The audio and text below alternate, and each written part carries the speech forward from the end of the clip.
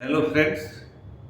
हम लोग अब यूपीएससी मेंस हिस्ट्री मेंस के सिलेबस के डिस्कशन के 9वें टॉपिक पर हैं। एंशिएंट हिस्ट्री में 9वां टॉपिक जो है वो early state and society in eastern India और डेक्कन एंड साउथ इंडिया।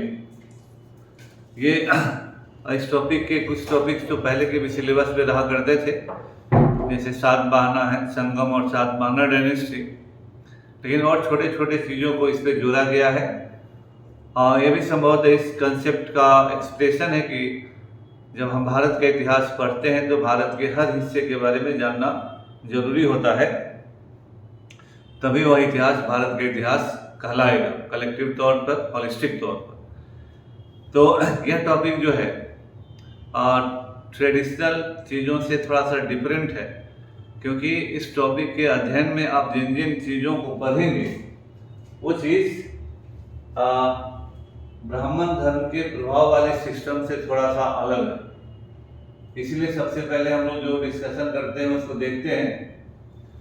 इसमें सिलेबस का जो नोमेनक्लेचर है कि early state and society in eastern, पूर्वी भारत में, दक्कन में और साउथ इंडिया में। दक्कन का मतलब होता है महाराष्ट्र और आंध्र प्रदेश। साउथ इंडिया का मतलब होता है तमिलनाडु और केरला, और ईस्टर्न इंडिया का नॉर्थ ईस्ट है ना। तो हालांकि ईस्टर्न इंडिया के लेवल पे खारवेल है यहाँ पर। तो खारवेल के बारे में केवल 150 शब्दों की टिप्पणी लायक के सवाल हैं। खारवेल के बारे में केवल उसके अभिलेख हैं और बहुत ज़्यादा इंफॉर्मेशन दूसरे स्रोतों से उपलब्ध नहीं है। इसीलिए खारवेल को टिप्पणी के तौर पर ही लिया जा सकता है। उड़ीसा में शासन करने वाला डायनेस्टी है। इसके बारे में अभी स्पष्ट नहीं है कि ये मौर्यों के कितने पहले हुए या मौर्यों के कितने बाद है। केवल इतिहास में इतना ही वर्णन है कि नंदों ने जो कलिंग पर आक्रमण करके वहां से तीर्थंकर की मूर्ति उठा लाया था, खारवेल ने फिर से मगध पर आक्रमण करके वह तीर्थंकर की मूर्ति वापस ले गया। इसका मतलब है कि नंद वंश के बाद ही यह डायनेस्टी वहां पर आई होगी। तो खारवेल है। फिर सातवाहना है। जब पोस्ट मॉडर्न पीरियड में, उत्तरी भारत में जिस पीरियड में शुंग डायनेस्टी रूल कर रहा होता है, उसी के थोड़ा सा पहले दक्षिण में सातवाहन डायनेस्टी रूल कर रहा होता है। ऐसा माना जाता है कि अशोक के शासन के अंतिम दौर में अराउंड 235 BC अशोक की मृत्यु 232 ईस्वी पूर्व में होती है, जबकि 235 में सातवाहनों के स्वतंत्र होने की बात कही जाती है।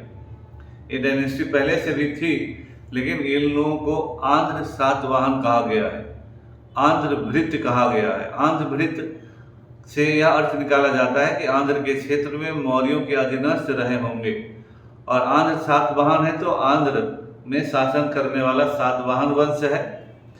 इन लोगों के राजाओं की उपाधियां सातकर्मी हुआ करती थी।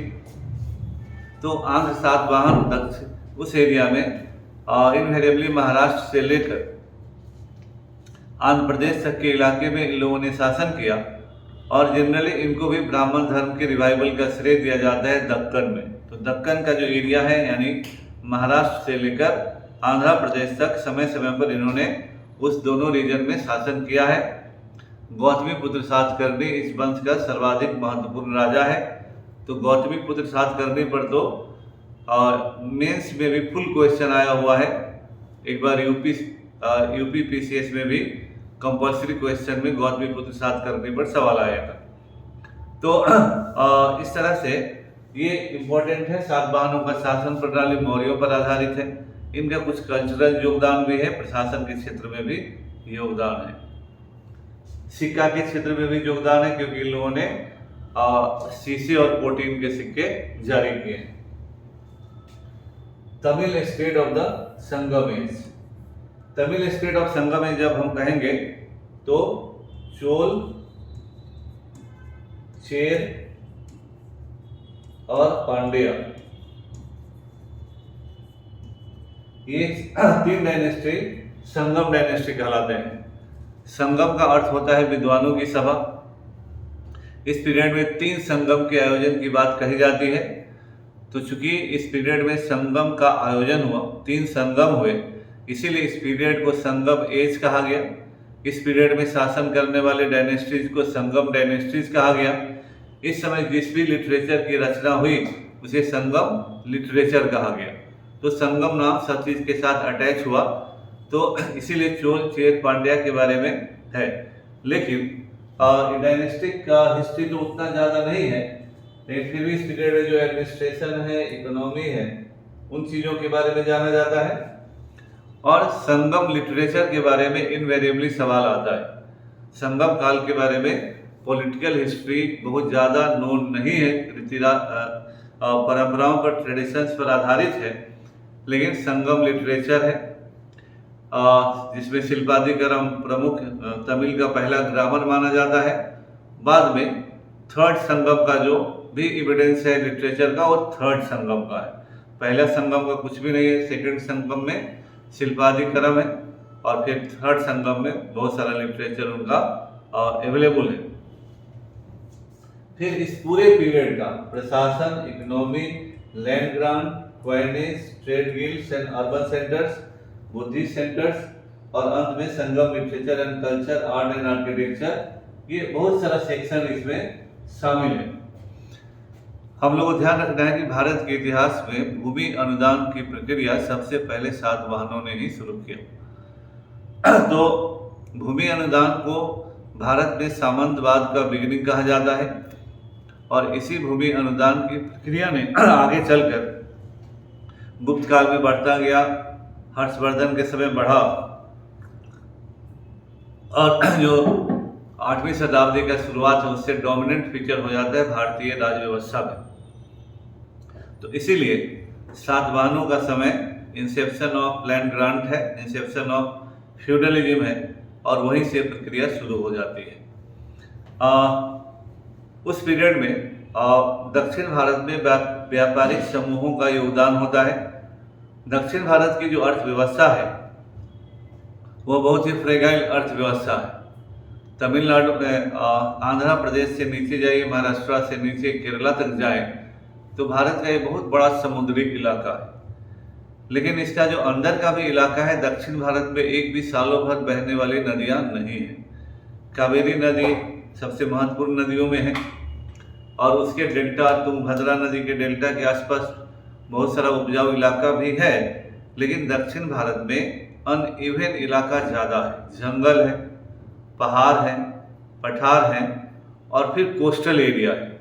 तो कोस्टल एरिया में इन सारे भौगोलिक विशेषताओं में उत्तर भारत की तरह बहुत उपजाऊ जमीन नहीं है। इसलिए दक्षिण भारत में अगर पढ़ना है तो इसी पीरियड को थोड़ा ठीक से पढ़ा जाता है, क्योंकि दक्षिण भारत में उपजाऊ इलाके का अभाव है, जिसके कारण राजाओं को बड़े पैमाने पर कर वसूली में दिक्कत होती थी। दक्षिण भारत के राजाओं के पास प्रोबेबली उत्तर भारत के राजाओं की तरह रेवेन्यू कलेक्शन नहीं रहा, इसलिए दक्षिण भारत में उत्तर भारत की तरह एक भी बहुत बड़े साम्राज्य का निर्माण नहीं हुआ। दूसरी जो विशेषता और भी मार्के की होती है कि दक्षिण भारत में कभी भी सेंट्रलाइज सिस्टम ऑफ एडमिनिस्ट्रेशन लागू नहीं हुआ, क्योंकि दक्षिण भारत का जो भूगोल है वह केंद्रीकृत शासन व्यवस्था की स्थापना में सबसे बड़ा बाधक है, क्योंकि अनइवन ज्योग्राफी नियंत्रण को कमजोर करता है। तो दक्षिण भारत में इसीलिए उत्तर भारत की तरह कभी भी बड़े साम्राज्यों का निर्माण नहीं हुआ, और न ही केंद्रीकृत साम्राज्यों का निर्माण हुआ। इसीलिए आगे चलकर भी अगर दक्षिण भारत में लोकल सेल्फ गवर्नमेंट का विकास होता है, तो लोकल सेल्फ गवर्नमेंट ऐसा नहीं है कि राजाओं ने बहुत वॉलेंट्री, बहुत डेमोक्रेटिकली, बहुत मन उत्साह से ग्रामीण प्रशासन को इनकरेज किया। लोकल सेल्फ गवर्नमेंट ब्राह्मणिज्म को भी ग्राउंड लेवल पर ले जाने का एक आधार था, क्योंकि सभा नाम का जो ग्राम सभा था वह ब्राह्मण डोमिनेंट गांव में होता था, पुर जो है नॉन ब्राह्मणिकल इलाके में होता था।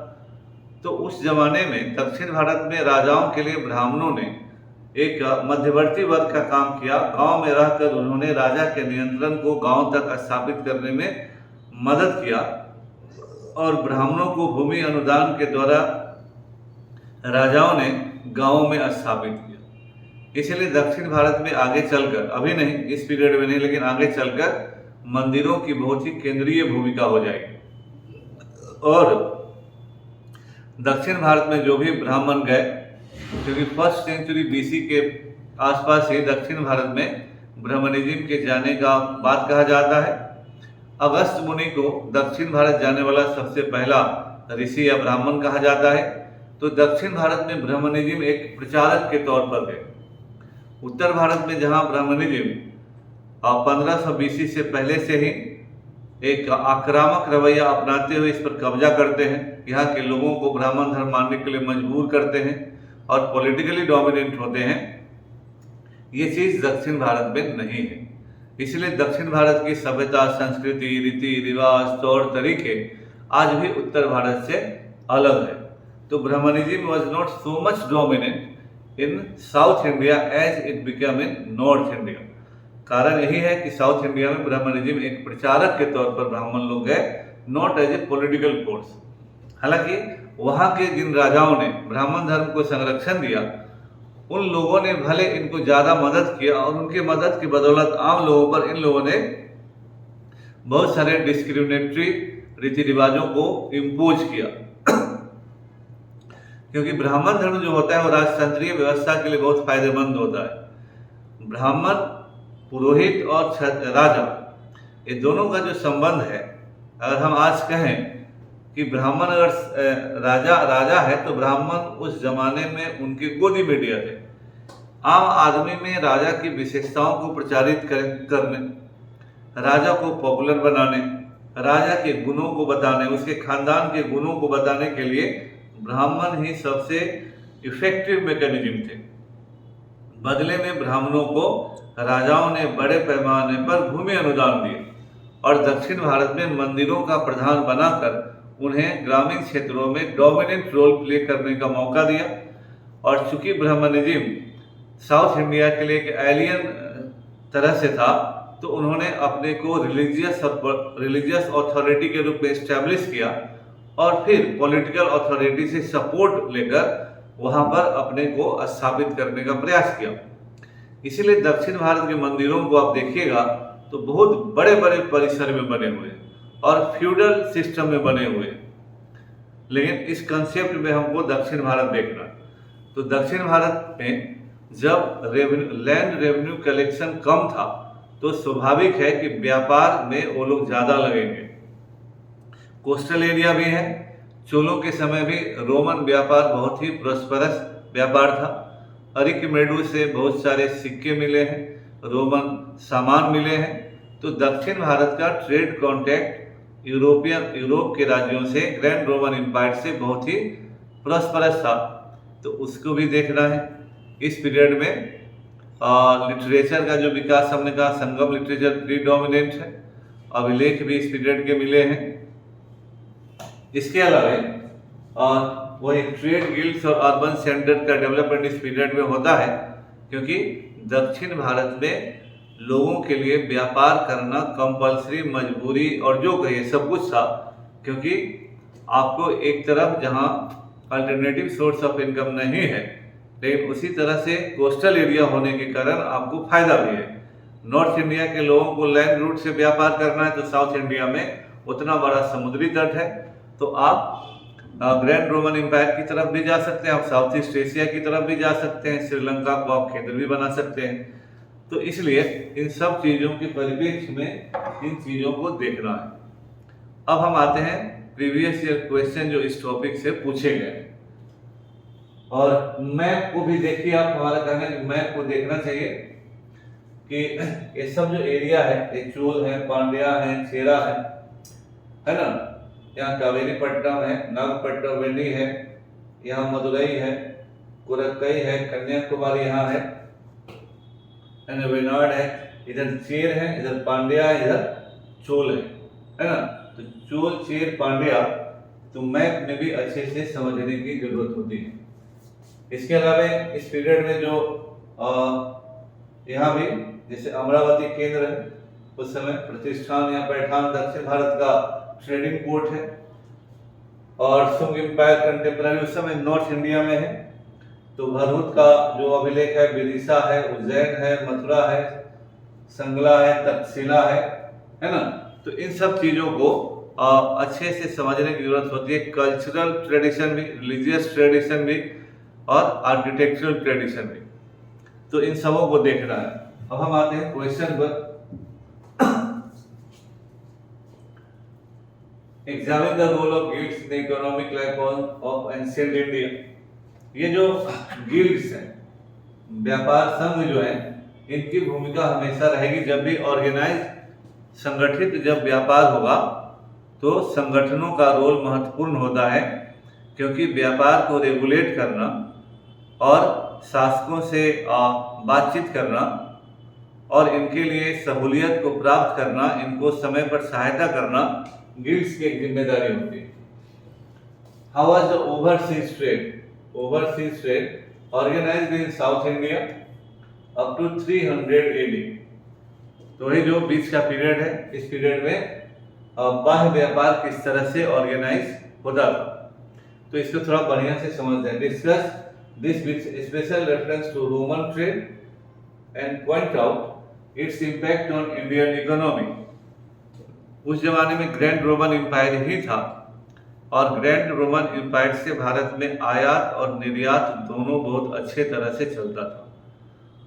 जैसा मैंने कहा कि अरिकमेडो से इस व्यापार का आर्कियोलॉजिकल एविडेंस भी मिला है। और उस समय के जितने किताब है, पेरिप्लस ऑफ द इरिथ्रियन सी, इस तरह की किताबों में इस समय के होने वाले व्यापार की व्यापक जानकारी है। और इसका भारत पर स्वाभाविक प्रभाव होगा, क्योंकि गोल्ड के इन्फ्लक्स को इनटू इंडिया बढ़ाएगा। Write a short essay on the role of guilds in the economic life of India from 200 BC। फिर से रोल ऑफ गिल्ड्स यहाँ भी है, रोल ऑफ गिल्ड्स यहाँ भी है। तो ये जो टॉपिक है, इसमें व्यापार और व्यापारिक समूह, व्यापारिक गतिविधियों को बढ़िया से समझने वाला ये टॉपिक है। और discuss the military activities of Kharavela of Kalinga. Do you think that his reign is significant for military expeditions alone? Kharavela जो है जैन धर्म का भी समर्थक है और जैन धर्म के रिवाइवल में, जैन धर्म को बढ़ाने में खारवेल का बड़ा योगदान है। फिर रॉक कट, क्योंकि इसके जितने अभिलेख मिले हैं तो अभिलेखों पर ही इसके पूरे रेन का, जिस तरह से समुद्रगुप्त के लिए, समुद्रगुप्त के सैनिक अभियान के लिए प्रयाग प्रशस्ति सबसे इम्पोर्टेंट सोर्स है, उसी तरह से खारवेल के अभिलेख इसके सैनिक उपलब्धियों के लिए एकमात्र या सबसे महत्वपूर्ण स्रोत है। तो वहाँ तो है, ठीक है, लेकिन जैन धर्म के प्रति इसका योगदान, और अगर पहाड़ों को काट कर सब लिखा जा रहा है, गुफाएं बनाई जा रही हैं, तो आर्किटेक्चरल योगदान भी उसका उतना ही माना जाएगा। और मिलिट्री कैंपेन्स तो है ही उसके बारे में जो जानकारी है। How do you explain the social aspects of Buddhism accounts for its decline in India? जो बौद्ध धर्म का सामाजिक पक्ष है, देखिए बौद्ध धर्म का सामाजिक पक्ष बहुत ही लिबरल रहा है। वर्ण व्यवस्था और जाति व्यवस्था में डिस्क्रिमिनेटरी सोशल डिवीजन के दौर में बौद्धों ने इगैलिटेरियन सोशल सिस्टम देने का प्रयास किया।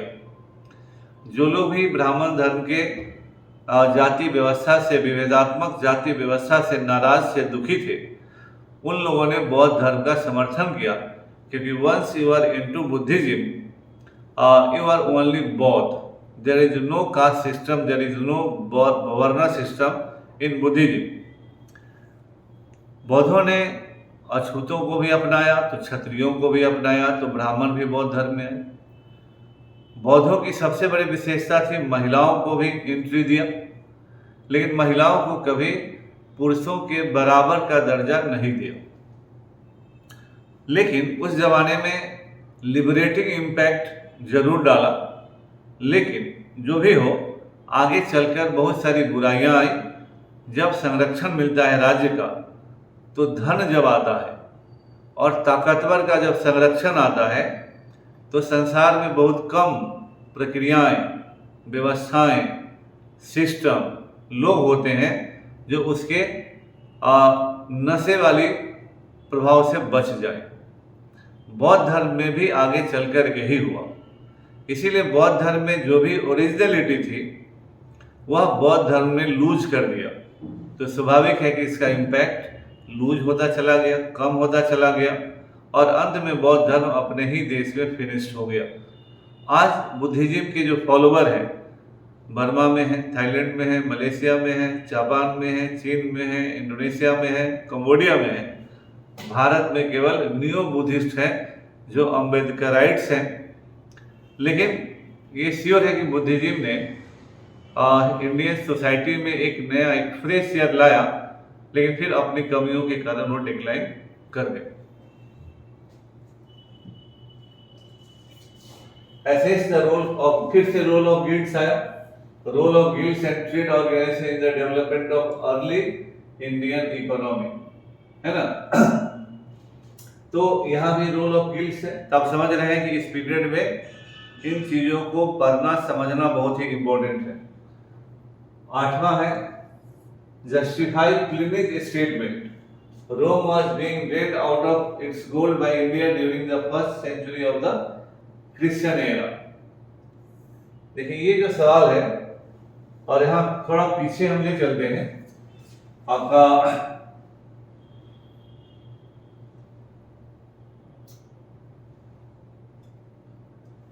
ये जो दूसरा सवाल है, Roman trade and point out its impact on Indian economy. इस दूसरे वाले क्वेश्चन को आप इस क्वेश्चन से जोड़कर देखिए कि justifies Pliny statement the Rome was being drained out of its gold by India during the first century of the Christian era. ये बतलाता है कि how the surplus trade in favour of India had impact on the Roman economy. तो उनसे negative होगा तो भारत पर positive होगा। जो मैंने कहा कि गोल्ड इनटू इंडिया आया क्योंकि हमारा व्यापार अंग्रेजों के भारत पर या 1757 के पलासी के युद्ध के पहले तक through out the ancient medieval and till 1757 Indian foreign trade was always surplus trade, balance of trade was always in favour of India. तो उस समय भारत से ज्यादा सामान जाता था, कम सामान आता था। Not only does ancient Tamil literature furnish accurate picture of widely disparate classes, it also describes the social condition of Tamil country as it was discussed. दक्षिण भारत में जो समाज है उसके बारे में संगम लिटरेचर में भी जानकारी है। तो संगम लिटरेचर जो है वह एक संघर्ष करता हुए समाज का जिक्र है। देखिए इसमें वारिंग लॉर्ड्स केवल है, समाज बहुत ऑर्गेनाइज नहीं है क्योंकि ब्राह्मणिकल सिस्टम वहाँ है नहीं, और उनका जो सिस्टम है वो ऑलमोस्ट ट्राइबलिज्म है। संगम लिटरेचर युद्ध उनका प्रिय सगल है। युद्ध कब प्रिय सगल होता है? जब इकोनॉमी बहुत स्ट्रॉन्ग नहीं है, ऑर्गेनाइज नहीं है। सरदारों पर आधारित मुवेंदर, उन पर आधारित इस समय की अर्थव्यवस्था है। लूटपाट भी कई क्षेत्रों में एक्सेप्टेड इकोनॉमिक एक्टिविटी है। चोरी डकैती एक्सेप्टेड एक्टिविटी है। जब अर्थव्यवस्था कमजोर होती है, जब फ्रेगाइल होती है, तो ये सब गतिविधि उसका हिस्सा होता है। और इसी तरह से ऋग वैदिक इकोनॉमी भी देखिएगा जहाँ लोपत्र का जिक्र एक मान्य आर्थिक गतिविधि के तौर पर है। तो युद्ध होता है तो लूट के लिए वह केवल मारकाट ही नहीं होता है, अतिरिक्त धन प्राप्त करने का तरीका भी होता है। दक्षिण भारत की अर्थव्यवस्था से उसका समाज डायरेक्टली इन्फ्लुएंस्ड है, इसलिए उस समय का समाज बहुत ऑर्गेनाइज्ड नहीं है। तो डिस्परेट तो है because they are not very much organised. और इस पीरियड में जो ब्राह्मणिज्म का इम्पैक्ट धीरे धीरे वहाँ शुरू होगा, उसका भी उनके समाज पर प्रभाव आएगा। फिर आ गया trace the role of guilds and trade organisation in the development of early Indian economy. ये रोल ऑफ ट्रेड गिल्ड्स बार बार हर कई बार आ रहा है। The accurate picture of the complex socio culture milieu of peninsular India presented in the early Sangam literature delineate तो संगम साहित्य के आधार पर इस पीरियड के सामाजिक और सांस्कृतिक जीवन के बारे में लिखना। उत्पन्ना द्रविड़ भक्ति कार्नेट बृंदिगेटे सीता किंचित महस्रे गुर्जरे जीर्णतम बता। पद्म पुराण में लिखा हुआ है account for the emergence of भक्ति द्रविड़ देश। तो इस पीरियड में जो भक्ति आंदोलन का जो इमरजेंस है उसके बारे में इसमें लिखना। The discovery of monsoons by Hippalus gave a new direction to the Indo Roman trade during the Satavahana period comment. देखिए मॉनसून की डिस्कवरी ने इस अरब सागर में होने वाले व्यापार को बहुत ही सहूलियत प्रदान किया। मॉनसून की हवा का जब ज्ञात हो गया तो उसके सहारे इधर से आना और फिर लौटना आसान हो गया। विशेषकर मॉनसून की हवा के साथ इधर आ जाने में व्यापारियों को बहुत सहूलियत होती थी। तो इस खोज ने अरब सागर में होने वाले व्यापार में बहुत ही सहूलियत दी। तो उस इम्पैक्ट को यहाँ दर्शाना। Discuss the salient figures of cultural traditions of South India as reflected in Sangam literature. तो यहाँ लगातार संगम लिटरेचर का वैल्यू बढ़ा है। तो संगम लिटरेचर में दिए गए सभी पक्षों को बढ़िया से पढ़ लेना है। तो जहाँ भी जो आए, क्योंकि अब के समय में 150 या 250 शब्दों में ही लिखना है तो उतना लेकिन एक बार पूरा सिलेबस का हॉलिस्टिक पढ़ाई हो जाने के बाद आप किसी भी सवाल का जवाब देने की स्थिति में आते हैं। यहाँ भी पॉलिटिकल एस्पेक्ट से ज़्यादा इकोनॉमिक एस्पेक्ट है, सोशल एस्पेक्ट है, कल्चरल एस्पेक्ट है। तो जो पहले का ज़माना पॉलिटिकल हिस्ट्री डोमिनेंट हिस्ट्री होता था वो अब नहीं है। इसको पढ़ लेने से बढ़िया से इसमें से कई चीज़ जो है आपको जीएस मेंस पेपर 1 में भी हेल्प करेगा। इसलिए इतिहास वालों को मैंने कहा कि इतिहास वाले जो भी स्टूडेंट हैं उनको जितना जीएस में मदद मिलेगा उतना किसी भी ऑप्शनल पेपर वाले को नहीं मिलेगा। पुनः हम कह रहे हैं कि हम लोग 5 दिसंबर से हिस्ट्री ऑप्शनल का ऑनलाइन ऑफलाइन दोनों बैच शुरू करने जा रहे हैं।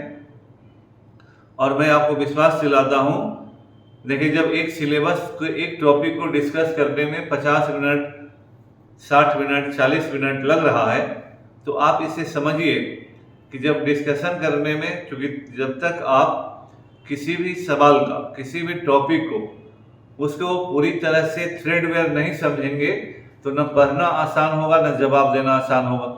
तो मेरा ये कहना है कि जब केवल उस टॉपिक को एक्सप्लेन करने में 1 घंटा के आसपास लगता है तो उस टॉपिक के अंदर जो 7, 8, 10 टॉपिक है जिसको पढ़ने में 10 से 20 घंटे के बीच लगेगा। तो जब 48 टॉपिक है तो इसको कितनी जल्दी कोई पढ़ाएगा। अगर हम बहुत कम समय में पढ़ाते हैं तो आपका क्वेश्चन यूपीएससी में नहीं पकड़ा जाएगा। यूपीएससी में अगर सवाल को पकड़ना है तो डिटेल थोड़ा लंबा क्लास पेशेंस के साथ पढ़ना होगा, क्योंकि यूपीएससी में सफल होकर आप सबसे प्रतिष्ठित एग्जामिनेशन में सफल होना चाहते हैं। तो मेरा ये प्रयास होगा कि समय हमें लगेगा, लेकिन एक बार जब आप पढ़ लेंगे तो ऑप्शनल और जीएस का बहुत सारा सेक्शन आपका क्लियर होगा और उस तरह से क्लियर होगा कि आप इस क्लास से पढ़ाए गए बातों से आंसर लिख सकते हैं। मैं इतना इंश्योर करता हूँ, इसीलिए मेरे पढ़ाने में थोड़ा टाइम लगता है, इसमें कोई दो राय नहीं है। ये कमी हो या अच्छाई हो मैं नहीं जानता। कुछ लोग इसको मेरे बुराई के रूप में प्रचारित करते हैं कि ज़्यादा देर लगता है, लेकिन जब यूपीएससी में सवाल पकड़ना हो तो राजधानी एक्सप्रेस नहीं चलेगी।